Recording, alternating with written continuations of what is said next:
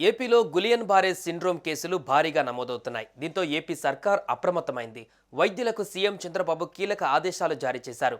రాష్ట్ర వ్యాప్తంగా 17 మంది ప్రస్తుతం చికిత్స పొందుతున్నారు. ఈ వ్యాధి సోకిన 85% మంది చికిత్స లేకుండానే కోలుకుంటారని వైద్యులు చెబుతున్నారు. అయితే ఈ వ్యాధి కొత్తగా వచ్చింది కాదని, ఎప్పటి నుంచో ఈ వ్యాధి ఉందని ఆందోళన చెందవలసిన అవసరం లేదని అంటున్నారు. ప్రస్తుతం అనంతపురం, గుంటూరు, కడప, కాకినాడ, రాజమహేంద్రవరం, విశాఖపట్నం ప్రభుత్వ ఆసుపత్రుల్లో 749 ఇంజెక్షన్లు అందుబాటులో ఉన్నాయి. అదనంగా 469 ఇంజెక్షన్లు స్టాక్లో ఉన్నాయి. అవసరమైతే మరికొంతమందికి చికిత్స అందించేందుకు ప్రభుత్వం సిద్ధంగా ఉందని మంత్రి సత్యకుమార్ తెలిపారు. అయితే ప్రతి ఇంజెక్షన్ ఖర్చు 20,000 రూపాయల వరకు ఉంటుందన్నారు. ఒక్క రోగికి రోజుకు 5 ఇంజెక్షన్లు అవసరమవుతాయని చెప్పారు.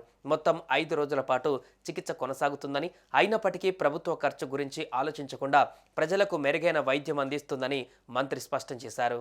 కాస్ట్ ఒక ఇంజెక్షన్ కాస్ట్ 20,000 అవుతుంది. 5 గ్రామ్ ఇంజెక్షను ఒక పేషెంట్కి రోజుకు 5 ఇంజెక్షన్లు ఇవ్వాల్సి వస్తుంది.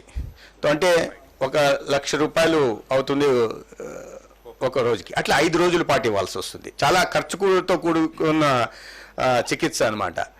అందుకని దీన్ని ఎన్టీఆర్ ఆరోగ్య సేవలో కూడా ఉంది, ఎన్టీఆర్ వైద్య సేవలో కూడా ఇది ఉంది. అయితే దానికైనా ప్యాకేజ్ 1,20,000 ఉంది.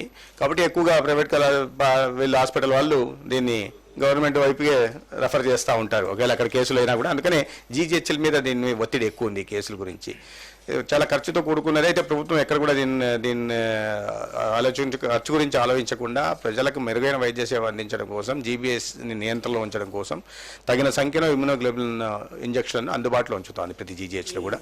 పూణే తరహా పరిస్థితులు రాష్ట్రంలో లేవంటున్నారు అధికారులు. ఇక్కడ ఏటా మాదిరిగానే వేర్వేరు చోట్ల జీబీఎస్ కేసులు నమోదవుతున్నాయి. ప్రత్యేకంగా ఒక ప్రాంతం నుంచి రాలేదు. ప్రస్తుతం రాష్ట్ర వ్యాప్తంగా 17 కేసులు ఉన్నాయని అధికారులు ప్రకటించారు. విశాఖ కేజీహెచ్లో 5, కాకినాడ జీజీహెచ్లో 4, గుంటూరు జీజీహెచ్లో 3, అనంతపురం జీజీహెచ్లో 3 చికిత్స పొందుతున్నారు. మిగిలిన వారు ఇతర ఆసుపత్రుల్లో ఉన్నారు. శ్రీకాకుళం, గుంటూరు జిల్లాల ఆసుపత్రుల్లో ఒక్కొక్కరు చొప్పున ప్రాణాలు విడిచారు.